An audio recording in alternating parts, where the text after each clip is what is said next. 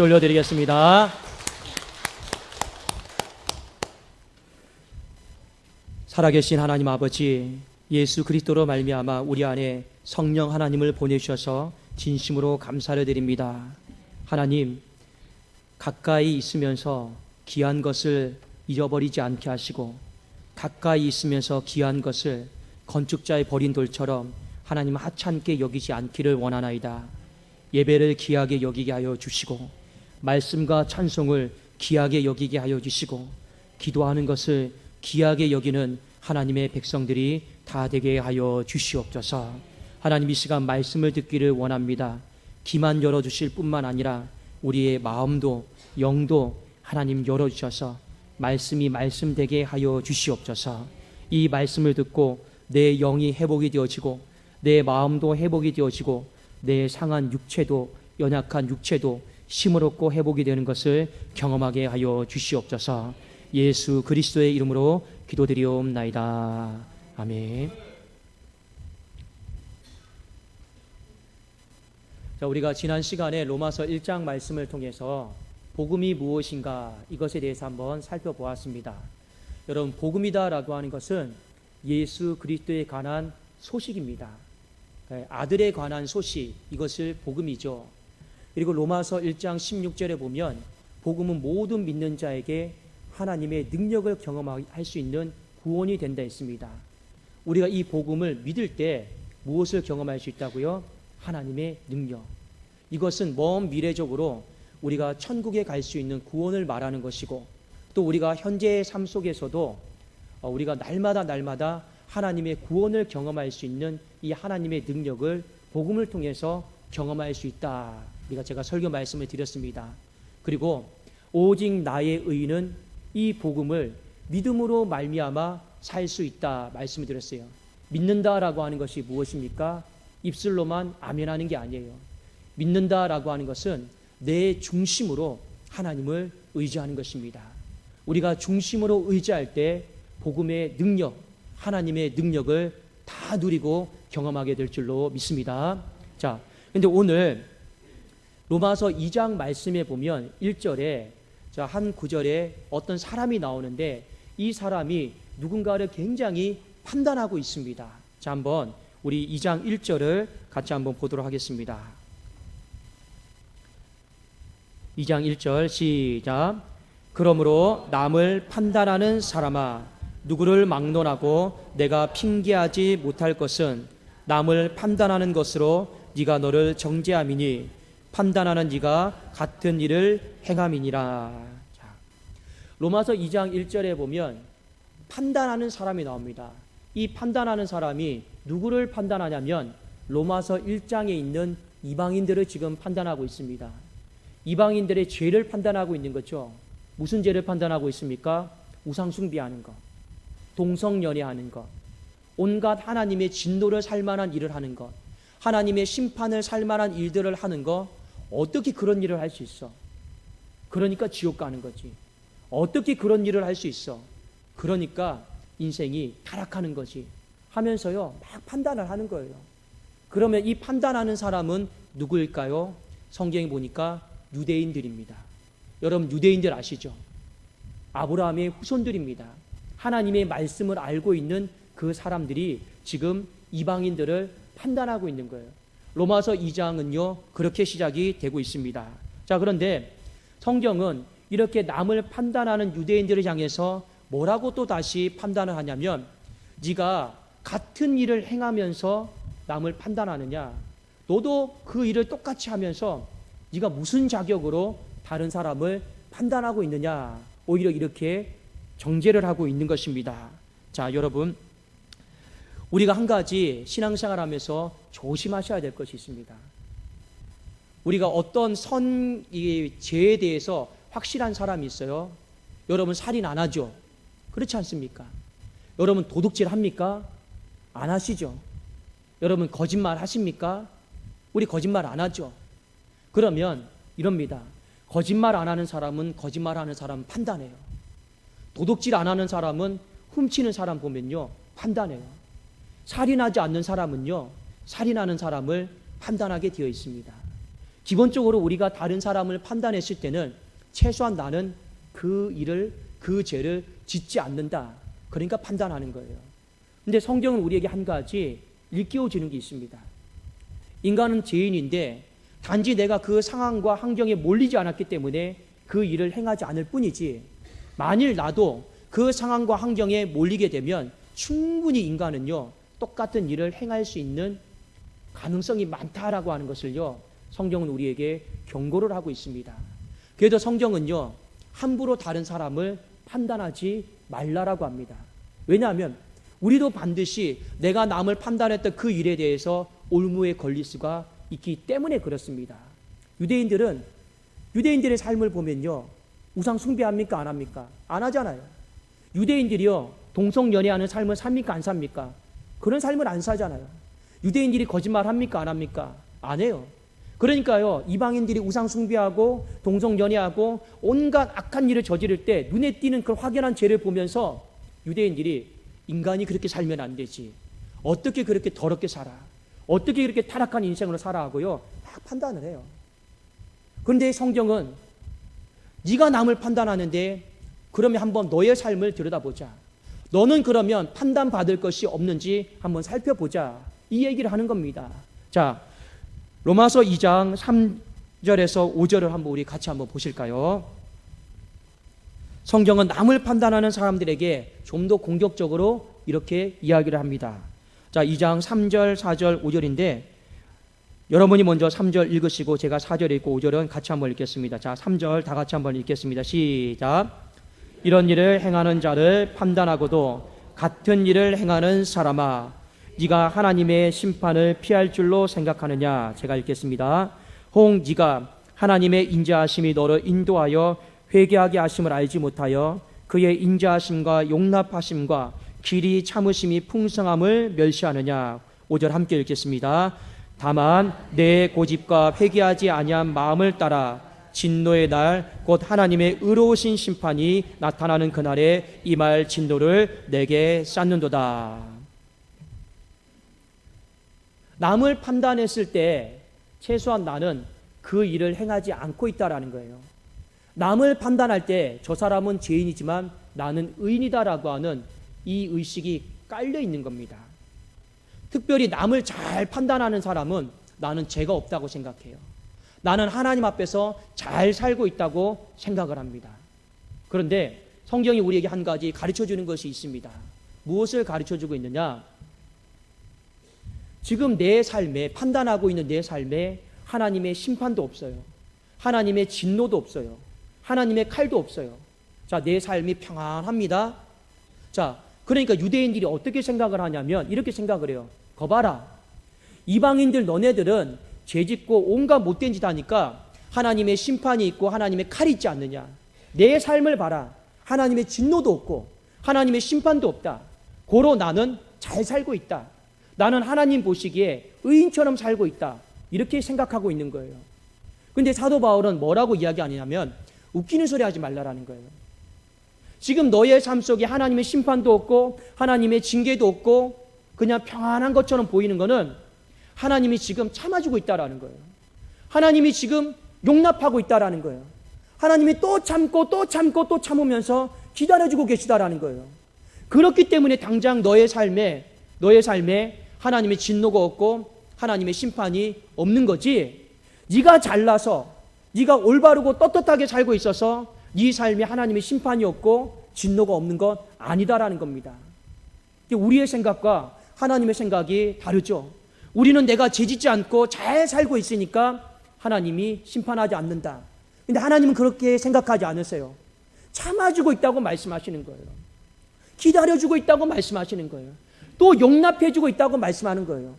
그럼 인간이 어떻게 해야 됩니까? 하나님이 참아주시고 기다려주시고 용납해주시는 그 시간이 은혜의 때잖아요. 그때 어떻게 해야 됩니까? 더 회개하고 엎드리고 하나님 앞에 용서를 구하는 삶을 살아야 돼요. 그런데 오늘 성경 말씀 2장 5절에 보니까 다만 내 고집과 회개하지 아니하는 마음을 따라 진노의 날 곧 하나님의 의로우신 심판이 나타나는 그날에 임할 진노를 쌓고 있다라는 거예요. 사랑하는 여러분, 특히 우리가 신앙생활을 오래오래 하면 할수록 한 가지 아셔야 될 게 있습니다. 오래 신앙생활 할수록 우리가 뭐가 많아져야 되는지 아십니까? 회개가 많아져야 돼요. 신앙생활을 오래 하는데 나는 점점 도덕적인 인간이 되고 나는 점점 잘 살고 있다라고 착각하지 마세요. 신앙생활을 오래 하면 할수록 점점 우리는요, 내가 더 죄인입니다. 죽을 수밖에 없는 사람입니다. 내가 왜 이렇게 짓는 죄들이 많습니까? 날마다 하나님 앞에 엎드리는 것이 맞습니다. 왜 그런지 아십니까? 그게 여러분 성령 충만한 사람의 특징인 거예요. 옛날에는요, 죄를 죄로 여기지 않았어요. 근데 우리가 이상하게 하나님을 더 사랑하고 더 하나님을 가까이 하면 그분이 빛이시잖아요. 그분이 영광 자체시잖아요. 내가 가까이 가면 갈수록 내가 더 추하고 더러운 모습을 발견하게 되는 거예요. 그래도 옛날에 제가 한 가지 이해가 안 됐던 것이 있습니다. 그게 뭐냐? 이미 소천하셨지만 저희 할머니예요. 제가 봤을 때 저희 할머니는요, 굉장히 도덕적으로 또 종교적으로 신앙적으로 잘 사신 분입니다. 근데 그분이 날마다 하시는 말씀이 뭐냐? 이 손자를 불러다 놓고 나는 죄인이야. 나는 죄인이야. 나는 하나님 앞에 죽을 수밖에 없는 죄인이야. 이런 말씀을 자꾸 해주셨어요. 제가 할머니에게 물었어요. 할머니, 그렇게 지은 죄가 많아요? 여러분 어르신이 무슨 죄를 짓겠습니까? 그 노년에 하루 종일 매일같이 집 안에만 방 안에만 있는데 무슨 죄를 짓겠습니까? TV를 보시는 것도 아니고 도박을 하는 것도 아니고 사람을 만나는 것도 아니고 그 방 안에서 매일매일 혼자 홀로 계시는데 무슨 죄를 짓겠습니까? 그 방 안에서 매일 성경 보고 찬송하는데 무슨 죄를 짓겠습니까? 그런데요, 저에게 하신 말씀은 나는 죄인이야. 하나님이 나를 건져주셨어. 이 말씀을 늘 하시는 거예요. 그때는 몰랐어요. 근데 시간이 흐르다 보니까 그게 맞더라고요. 하나님을 가까이 하고 하나님을 또 사랑하면요, 내가 잘 살고 있고 내가 의인이고 고개를 빳빳하게 들 수가 없더라고요. 오히려 내가 죄인이고 죽을 수밖에 없는 것을요, 발견하게 되더라고요. 그러니까 우리가 하나님을 더 사랑하고 신앙의 연수가 많아지면 뭐 해야 됩니까? 고집 부리지 말고 회개하지 않으려고 하는 마음 갖지 말고 더 하나님 앞에 천부여 의지없어서 내가 두 손 들고 갑니다. 이 회개의 삶을 살아야 되는 것이 마땅할 줄로 믿습니다. 그런데 유대인들은 어떻게 합니까? 거봐라. 하나님의 심판도 없고 하나님의 진노도 없으니까 나는 잘 살고 있다. 심판이 있는 너희들의 삶을 보니까 그런 식으로 살면 안 돼 하고 판단하고 정죄하고 있는 것이었습니다. 자, 유대인들이 스스로가 나가 깨끗하다고 생각했던 이유는 율법을 잘 지키고 있다고 생각했기 때문에 그렇습니다. 자, 한번 우리 성경 로마서 2장 12절 13절 한번 같이 한번 보실까요? 여기에 말씀해 보면 유대인들이 스스로 깨끗하다라고 생각했던 이유, 하나님의 심판과 진노가 없다라고 생각했던 이유에 대해서 잘 말씀해 주고 있습니다. 자, 한번 우리 12절과 13절 함께 읽겠습니다. 시작. 무릇 율법 없이 범죄한 자는 또한 율법 없이 망하고 무릇 율법이 있고 범죄한 자는 율법으로 말미암아 심판을 받으리라. 하나님 앞에서는 율법을 듣는 자가 의인이 아니요 오직 율법을 행하는 자라야 의롭다 하심을 얻으리니. 유대인들은 율법을 가지고 있어요. 율법이 뭐냐? 하나님의 말씀이에요. 율법 중에서 가장 핵심이 뭐냐? 계명, 십계명입니다. 근데 이 사람들은요, 율법 하나하나를 십계명을 보면서 하나님 앞에 이야기합니다. 하나님, 우리 동성연애 안 해요. 우리 우상 숭배 안 해요. 우리 도둑질하지 않아요. 실제로 맞습니다. 유대인들이요, 우상 숭배 안 합니다. 유대인들이요, 예배 잘 드리잖아요. 유대인들이 여러분 동성연애 하는 거 봤습니까? 안 해요. 그들은요, 계명과 율법에 기록되어 있는 그 항목들에 대해서 그 죄를 범하지를 않습니다. 그러니까 하나님 앞에 이야기하죠. 나는 잘 살고 있습니다. 저렇게 살고 있는 이방인들은 지옥 갈 인생들입니다. 사도 바울이 그럼 한번 너희들의 마음을 보자. 진짜 너희들이 그러면 법을 잘 지키고 있는지 한번 보자. 이야기를 하는 겁니다. 그 이야기가 바로 로마서 2장 21절, 22절, 23절, 24절인데 제가 한번 읽어드릴게요. 그러면 다른 사람을 가르치는 네가 네 자신은 가르치지 아니하느냐? 도둑질하지 말라 선포하는 네가 도둑질하느냐? 간음하지 말라 말하는 네가 간음하느냐? 우상을 가증히 여기는 네가 신전 물건을 도둑질하느냐? 율법을 자랑하는 네가 율법을 범함으로 하나님을 욕되게 하느냐? 기록된 바와 같이 하나님의 이름이 너희 때문에 이방인 중에서 모독을 받는도다. 보십시오. 동성연애는 안 해요. 근데 뭐는 합니까? 간음하고 살고 있어요. 우상 숭배는 안 해요. 신전에 가서 우상 숭배는 안 합니다. 근데 뭐 합니까? 그 신전에 있는 우상의 여러 물건들은요, 훔쳐와요. 여러분, 법을 잘하는 사람이 교묘하게 법을 비껴나가는 거 아시죠? 그렇죠. 법 공부를 많이 한 사람이 법은 잘 지켜요. 그런데요, 실제로 삶을 보면 법을 안 지켜요. 이 말을 여러분 잘 새겨 들으셔야 됩니다. 율법을 잘 알고 있는 사람이 율법을 지켜요. 근데 실제 삶을 보면 교묘하게 율법을 벗어나서 죄를 지어요. 우상 숭배는 안 하는데 우상 신전에 가서 거기는 물건은 훔쳐와요. 동성연애는 안 하는데 알게 모르게 간음하는 삶을 살고 있어요. 지금 성경이 율법을 잘 알고 있는 유대인들의 삶에 대해서 지금 오히려 판단하고 있는 것입니다. 여러분, 믿는 사람들이 한 가지 굉장히 조심해야 될 죄가 있습니다. 그게 어떤 죄인지 아십니까? 목사가 조심해야 될 죄가 있고, 중직자들이 조심해야 될 죄가 있고, 하나님의 자녀들이 조심해야 될 죄가 있습니다. 그게 뭐냐면 위선입니다. 위선. 지금 사도 바울은, 성경은 유대인들의 위선에 대해서 지금 지적을 하고 있는 것입니다. 그 위선으로 말미암아 세상에서 하나님의 이름이 모독받고 하나님의 영광이 가려지고 있다는 거죠. 여러분, 위선은 무엇입니까? 내가 내 자녀들에겐 거짓말하면 안 돼. 자녀가 거짓말하면 어떻게 합니까? 불러다가요, 때려요. 그런데 나가서 부모님이 더 거짓말 많이 해요. 그게 위선이에요. 너희들은 정직하게 살아야 돼. 말해놓고 실제로 부모님들이 사회에 나가면 더 사기 많이 치고 부정직하게 살아요. 이게 위선입니다. 너희들은 도둑질하면 안 돼. 그런데요, 나가서 도둑질해요. 그게 바로 위선입니다. 이 위선에 가장 여러분 잘 걸릴 수 있는 사람이 누구냐? 목사예요. 왜냐? 목사는 그렇게 살지 말라라고 너무나도 많이 성경을 가르치기 때문에 그렇습니다. 이 위선에 가장 잘 걸리는 사람이 누구냐? 교사들이에요. 아이들에게 제대로 가르쳐야 되잖아요. 아이들에게 야, 나도 거짓말하고 있으니까 너도 거짓말하는 건 괜찮아. 이렇게 가르칩니까? 아니죠. 그래도 아이들에게, 학생들에게 뭐라 가르칩니까?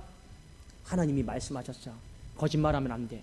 근데 실제로 내 삶은요, 거짓으로 가득 차 있단 말이에요. 믿는 사람들이 굉장히 조심해야 될 죄가 바로 위선이다라고 하는 죄인 것입니다. 유대인들의 죄는 무엇이었느냐? 바로 위선이었습니다. 그래서 바울이 로마서 2장 13절에 이런 결론을 내렸습니다. 자, 한번 우리 2장 13절을 같이 한번 읽도록 하겠습니다. 시작. 하나님 앞에서는 율법을 듣는 자가 의인이 아니요 오직 율법을 행하는 자라야 의롭다 하심을 얻으리니. 그러니까 성경이 유대인들에게 하는 말이 무엇입니까? 율법을 다 지켜야지 의로운 자가 될 수 있는 거예요. 율법을 다 지켜야지 하나님의 심판을 받지 않고 하나님의 진노가 그 사람의 머리에서 떠나는 거예요. 근데 지금 보니까 유대인들은 다른 사람들을 판단하면서 나는 죄가 없고 나는 의인이다라고 있잖아요. 근데 지금 위선의 죄에 걸렸잖아요. 결국에 무엇입니까? 너희들의 삶에도 하나님의 진노가 있고 하나님의 심판이 있다라는 겁니다. 그럼 어떻게 해야 되는 겁니까? 율법을 듣지만 말고 율법을 다 듣고 행하라는 겁니다. 그러면 여러분 여기서 한 가지 질문을 던질 수 있어요. 유대인들이 그러면 율법을 듣기만 하고 지키지 않았을까요? 전혀 그렇지 않습니다. 유대인들은요, 율법을 열심히 들었고 그리고 누구보다도 율법을 열심히 지키는 삶을 살아갔습니다. 누가복음 18장에 보면 한 유대인 부자가 예수님을 찾아옵니다. 예수님, 어떻게 해야지 제가 영생을 얻을 수 있겠습니까? 질문을 던집니다. 예수님께서 이런 말씀하셨습니다. 하나님의 말씀을 잘 지켜라. 그러면 영생을 얻을 수 있다. 예, 예수님, 죄송한 말씀이지만 저는 어려서부터 하나님의 말씀 계명을 다 지켰는데요. 그래도 뭐라고 하냐면 이렇게 말합니다. 네가 계명을 안 하니 간음하지 말라, 살인하지 말라, 도둑질하지 말라, 거짓 증언하지 말라, 내 부모를 공경하라 하였느니라. 여짜오되 이것은 내가 어려서부터 다 지켰습니다. 예수께서 이 말을 들으시고 이르시되 내게 아직도 한 가지 부족한 것이 있으니 내게 있는 것을 다 팔아서 가난한 자들에게 나눠주라. 그리하면 하늘에서 네게 보화가 있으리라. 그리고 와서 나를 따르라 하시니, 예수님이 한 가지 더 말씀하셨어요. 추가로 더 말씀하셨어요. 네가 가지고 있는 그 보화를 다 나눠줬고 팔아서 주고 나를 따르라 했습니다. 그런데 이 부자가 23절에 보니까 그 사람이 큰 부자이므로 이 말씀을 듣고 심히 근심하더라. 자, 여러분 여기서 잘 보셔야 됩니다. 지금 이 유대인 부자는요, 어릴 때부터 하나님 말씀 계명 다 지키고 있다고 그랬어요. 안 지키는 게 없어요. 그 계명을 지키는 열심은요, 타의 추종을 불허합니다. 자, 그런데 예수님이 한 가지만 더 말씀하신 거예요. 너 재산 많지? 너 부자지? 그거 가난한 사람들에게 좀 다 나눠주고 너 나를 따라와. 그럼 하늘에서 네 보화가 클 거야 했습니다. 예수님의 또 다른 계명입니다. 명령입니다. 근데 이 부자가 어떻게 합니까? 그 하나님의 말씀은 타의 추종을 불허할 만큼 잘 지키는 부자, 어릴 때부터 잘 지키는 부자가 지금 하나님이신 예수님이 말씀하시는데 뭐라고 합니까? 아, 그것쯤이야. 제가 어릴 때부터 그것보다 더 힘든 것도 지켜왔는데요. 이렇게 말하는 게 아니고 오늘 성경에 보니까 큰 부자이므로 이 말씀을 듣고 근심했다. 결국에 무엇입니까? 하나님의 말씀을 지키면서 살아왔는데 껍데기로 지킨 거예요. 표면적으로 지킨 거예요.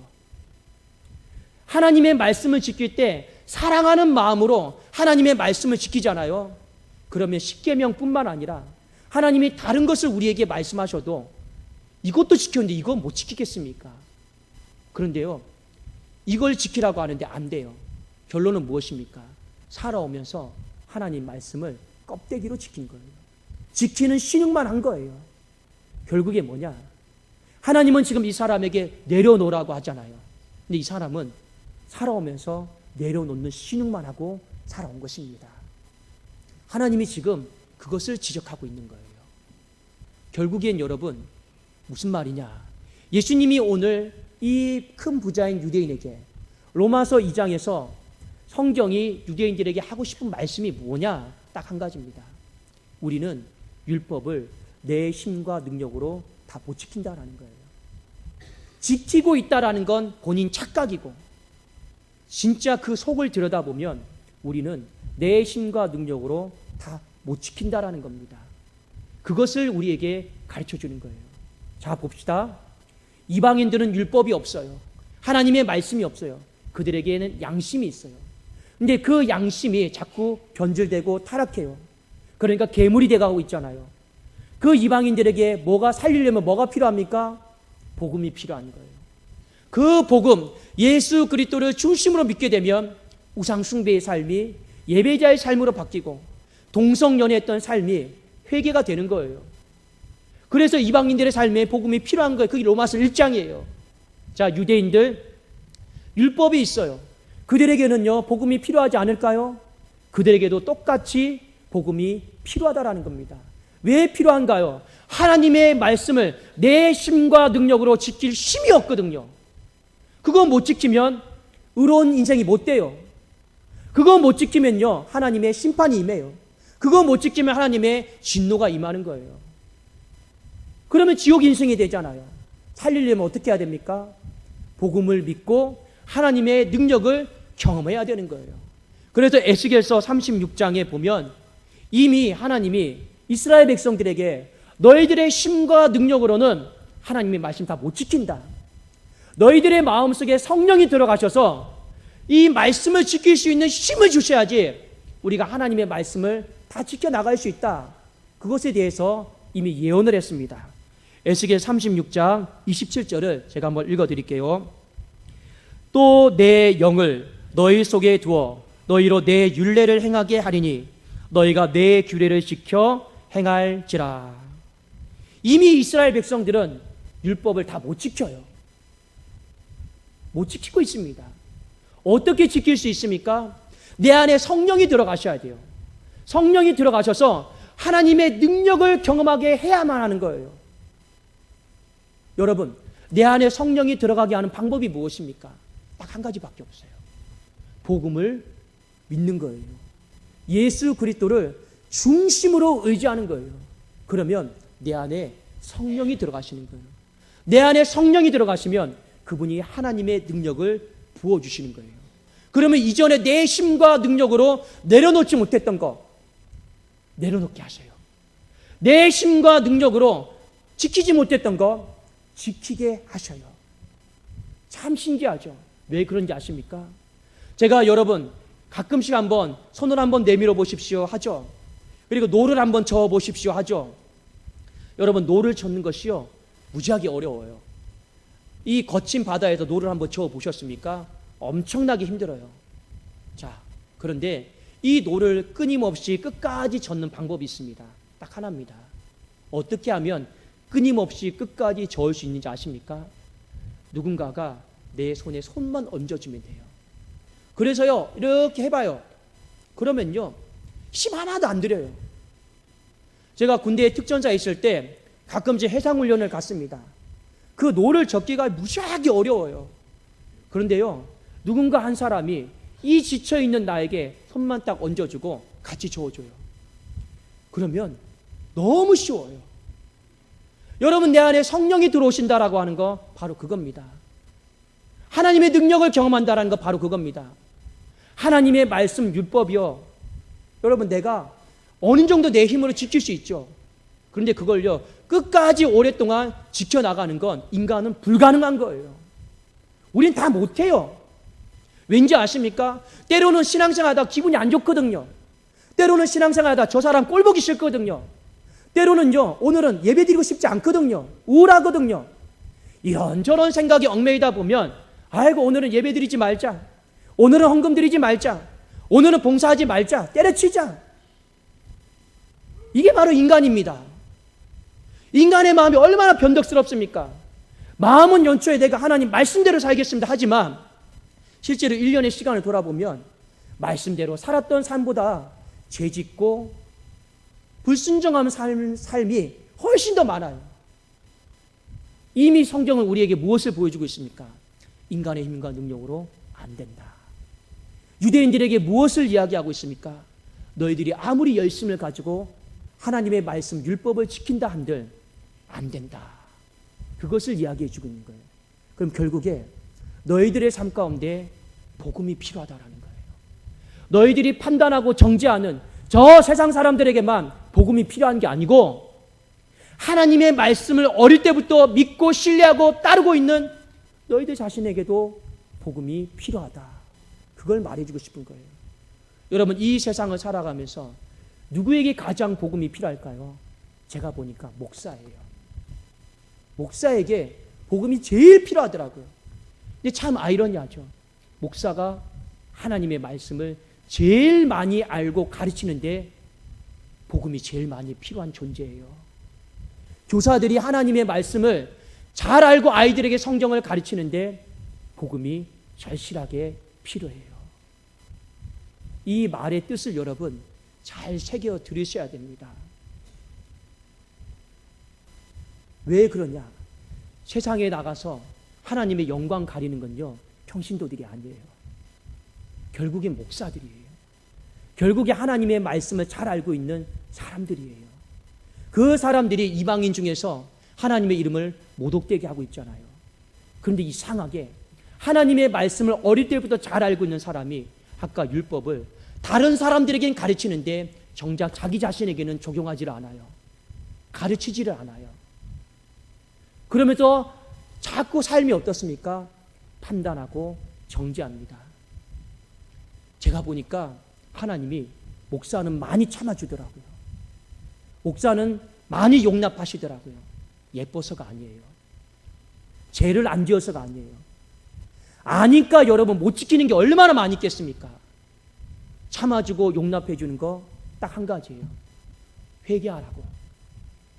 근데 어떻게 합니까? 유대인들이, 목사들이 어떻게 합니까? 그 시간을 판단하고 정지하고 고집부리고 회개하지 않더라라는 겁니다. 복음이 제일 필요한데 복음이 필요 없는 사람처럼 살고 있더라는 겁니다.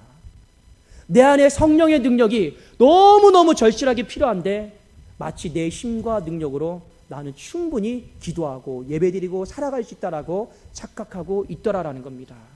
사랑하는 여러분, 복음은 모든 사람들에게 다 필요합니다. 하나님의 말씀을 모르는 사람들에게도 복음이 필요해요. 그 사람이 복음을 알아야지, 중심으로 예수 그리스도를 의지하지만이 그 양심이 타락하지 않고 괴물이 되지 않고 예배드리는 삶을 살 수가 있어요. 그래도 우리는 복음이 필요하기 때문에 그 사람들에게 전도하는 거예요. 그러면 이 복음은 그 세상 사람들에게만 필요할까요? 아니에요. 유대인들처럼 어릴 때부터 못된 신앙을 했던 그 사람들이 더 필요하다라는 거예요. 오늘 성경은 그걸 이야기하고 있습니다. 여러분, 내 자신에게도 복음이 필요한 거예요. 신앙의 연수가 오래되면 오래될수록 이상하게 우리는요, 내 힘으로 하려고 그래요. 내 능력으로 하려고 그래요. 나는 괜찮은 인간이라고 생각해요. 아니에요, 여러분. 신앙생활을 오래 하면 오래 할수록 우리가 느껴야 되는 마음은 뭔지 아십니까? 나는 왜 이렇게 더러울까? 나는 왜 이렇게 타락했을까? 나는 왜 이렇게 악할까? 그게 여러분 정상이에요. 그게 맞아요. 근데 이상하게 우리는 신앙생활을 오래 하다 보면요, 나는 괜찮은 인간이야, 괜찮은 사람이야, 나는 떳떳해, 이상하게 거꾸로 가고 있다는 것입니다. 아니에요. 거꾸로 가고 있으니까 복음이 필요 없는 거잖아요. 거꾸로 가고 있으니까 여러분, 그리스도를 중심으로 의지하는 삶을 못 사는 거예요. 성령의 능력에 힘입어서 살지를 않는 거예요. 여러분, 오늘 이 말씀은 꼭 잘 기억하십시오. 저나 여러분이나 이 세상에 있는 모든 사람들요, 죽는 날까지 복음이 필요한 줄로 믿습니다. 여러분, 우리 죽는 날까지 예수 그리스도를 중심으로 의지하지 않으면 안 된다라고 하는 것을 꼭 기억하십시오. 제가 지난 시간에도 말씀드렸죠. 주님을 의지한다라는 것이 무엇입니까? 어린아이가 있습니다. 엄마가 있습니다. 이 어린아이가 엄마를 유일하게 의존하잖아요. 눈에 보이지 않으면 어떻게 합니까? 울잖아요.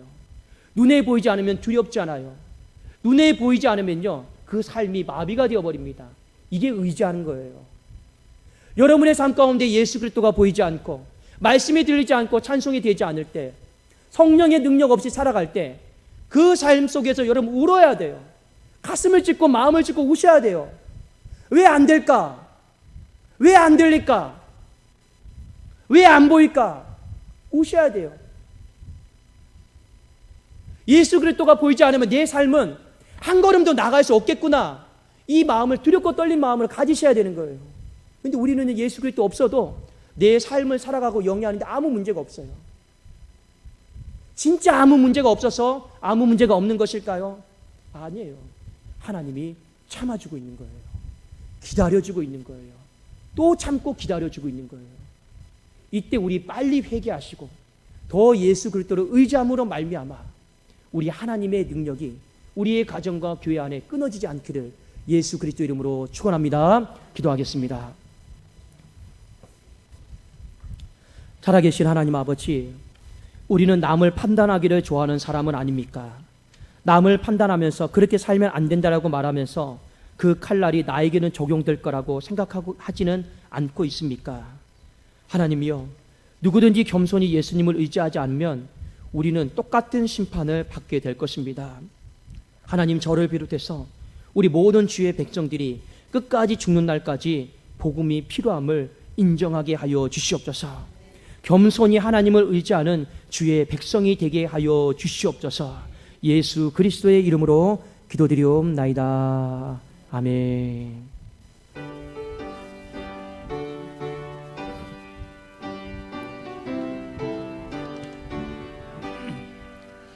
주 없이 살 수 없네 죄인의 구주여, 그 귀한 보배 피로 날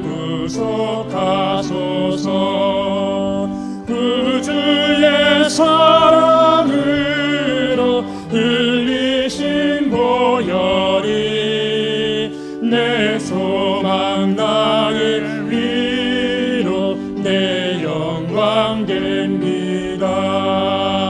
주 없이 살 수 없네. 나 혼자 못 서리. 아멘. 힘없고 부족하며 지혜도 없도다. 내 주는 나의 생명 또 나의 힘이라. 주님을 의지하여 지혜를 얻으리. 주 없이 살 수 없네. 내 주는 아신다. 내 영의 기쁜 간구 마음의 소원은 주밖에 나의 마음 네 알아주리요. 내 마음 위로하사 평온케 하시네. 주 없이 살 수 없네. 세월이 흐르고 이 깊은 고독 속에 내 생명 끝나도 사나운 풍랑일게 날 지켜주시니 내 곁에 계신 주님 늘 힘이 됩니다.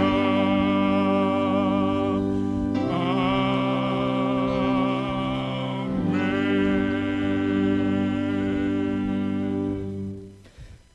살아계신 하나님 아버지, 우리가 이 땅을 살아가면서 돈이 참 많이 필요합니다.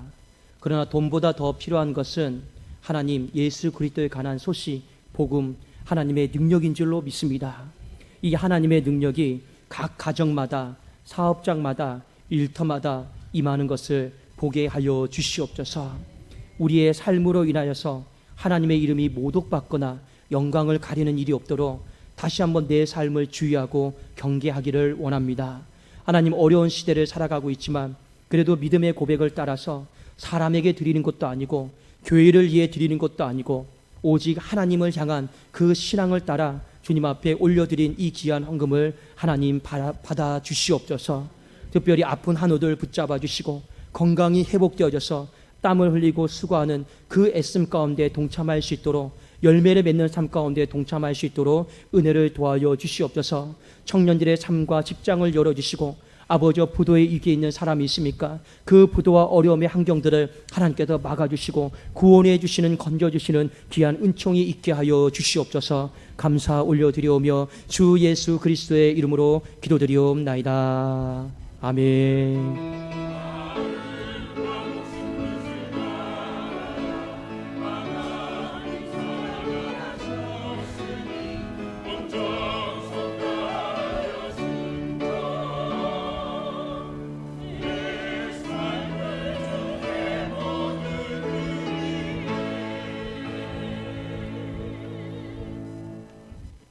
우리 한번 좌우에 계신 앞뒤로 한번 서로 우리 인사하도록 하겠습니다. 당신에게 제일 필요한 것은 복음입니다. 예. 예, 이렇게 말씀만 해놓고 속으로는 돈인데 이러지 마시고 진짜 내 삶에 제일 필요한 것은 복음이다, 이런 그 마음을 가져보십시오. 그럼 하나님이 먹을 거, 입을 거, 마실 거 반드시 채워주실 줄로 믿습니다. 자, 오늘 우리 세 가족 왔습니다. 우리 문옥선 집사님, 우리 잠깐 우리 가족들 한번 일어나 보실까요? 자, 우리 박수로 우리 환영하도록 하겠습니다.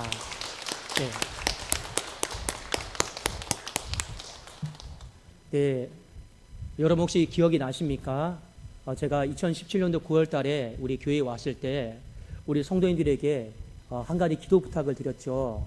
그 기도 부탁의 내용이 무엇이었냐면, 하나님, 이왕에 새 가족들이 오고 전도가 되려고 하거든 한 가족을 세트로 좀 보내달라고 했잖아요. 왜냐하면 한 가족을 세트로 보내줘야지 거기에 유치부 아이가 딸려서 올 것이고, 유초등부 아이가 딸려서 올 것이고, 중고등부 아이가 딸려서 올 것이고, 청년부 아이가 딸려서 올 것이잖아요. 그런데 우리 지난주에도 그렇고 이번 주에도 그렇고 오신 이 가족이 유치부, 유초등부, 중고등부, 청년부 다 딸려서 그래서 이 가족이 10명이 넘어요. 하나님께 감사하죠. 그래도 우리 교회에 오신 거 진심으로 환영하고 우리 주의 가족 된 거 진심으로 감사를 드립니다. 여러분, 한 가지 말씀을 드리는 것은 내일부터 특별 새벽 기도회가 있습니다. 특별 새벽 기도회는 뭐냐? 우리가 보약 잡수시는 거예요. 보약.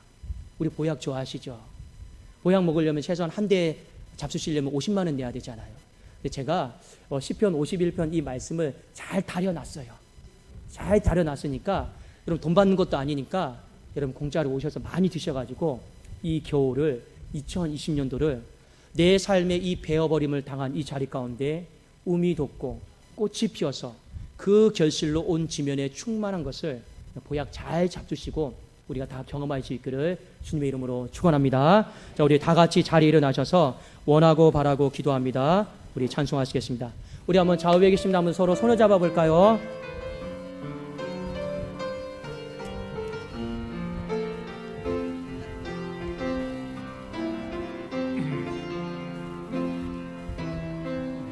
세상을 살아가는 동안에 나의 힘을 의지할 수 없으니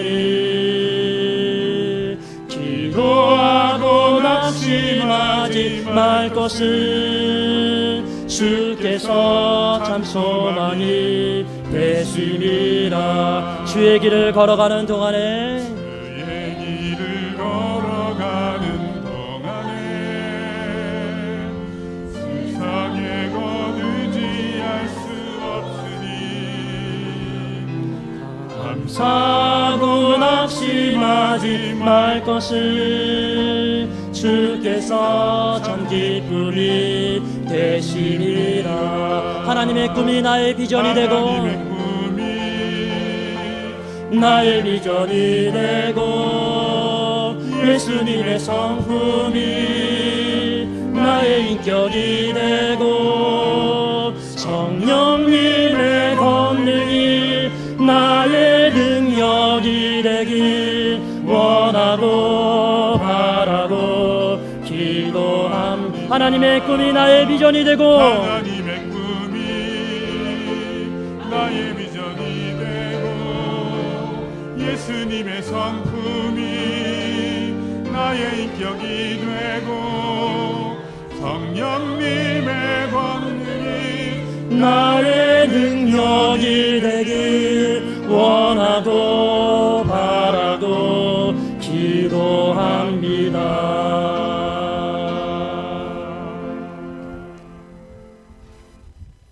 살아계신 하나님, 남을 판단하는 것을 조심하게 하여 주시옵소서.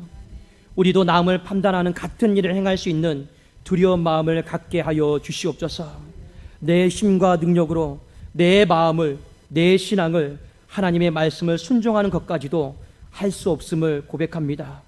복음을 통해 주시는 하나님의 능력이 우리의 삶에 절실하게 필요함을 주님 앞에 고백합니다. 이제는 우리 주 예수 그리스도의 은혜와 하나님 아버지의 사랑하심과 성령님의 교통하심이 2부 예배 드리는 모든 성도들 위해, 교회 위에, 나라와 민족 위에, 특별히 아픈 한우들 위해 이제로부터 영원토록 항상 함께 있을지어다. 아멘.